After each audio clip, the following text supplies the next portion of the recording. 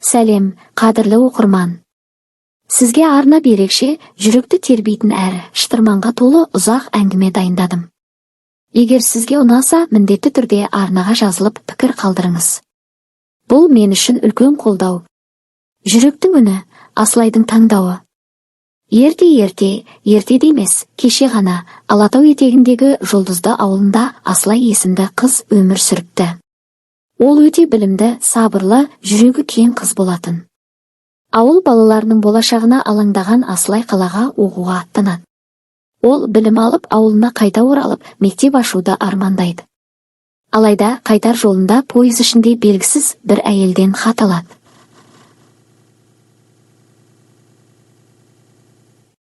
Хатта егер ауылға тікелей барсаң, қауіпті деп жазылыпты. Асылай бастапқыда сенбейді, бірақ жол бойында артынан біреулер аңдып жүргенін байқап, бұл хаттың жай хат емес екенін түсінеді. Ол жолын өзгертіп, таулы өткел арқылы ауылға жасырын оралады. Ауылда күтіп отырған тосынсый көп еді. Мектеп орнына белгісіз бір топ адамдар заңсыз кен өндіруді бастап кеткен. Олар ауылды иемденіп алғысы келіп, тұрғындарды қорқыта бастапты. Асылай бұл жағдайға бей-жай қарай алмады.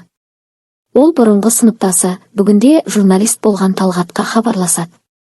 Екеуі бірге бұл заңсыз әрекетті дәлелдеп, ауыл халқын біріктіреді. Бірақ бұл оңай болмады. Бір түні белгісіз адамдар Асылайдың үйін өртеп жіберуге тырысады. Абырой болғанда ол дер кезінде ауыл қариясының үйіне тығылып үлгереді. Осыдан кейін Асылай ауыл халқымен бірігіп, заңсыз топты тоқтатады. Талғаттың жазған мақалалар мен дәлелдері ел назарын аударып, билік бұл мәселені шешуге кіріседі.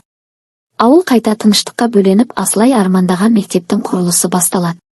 Асылай бұл оқиғадан кейін былай дейді: батырлық деген жалаң қылыш ұстау емес, жүрекпен күресу, елге адал болу. Сау болыңыз, ардақты оқырман. Егер бұл әңгіме сіздің жүрегіңізге жол тапса, арнаға жазылып қолдау білдіріңіз.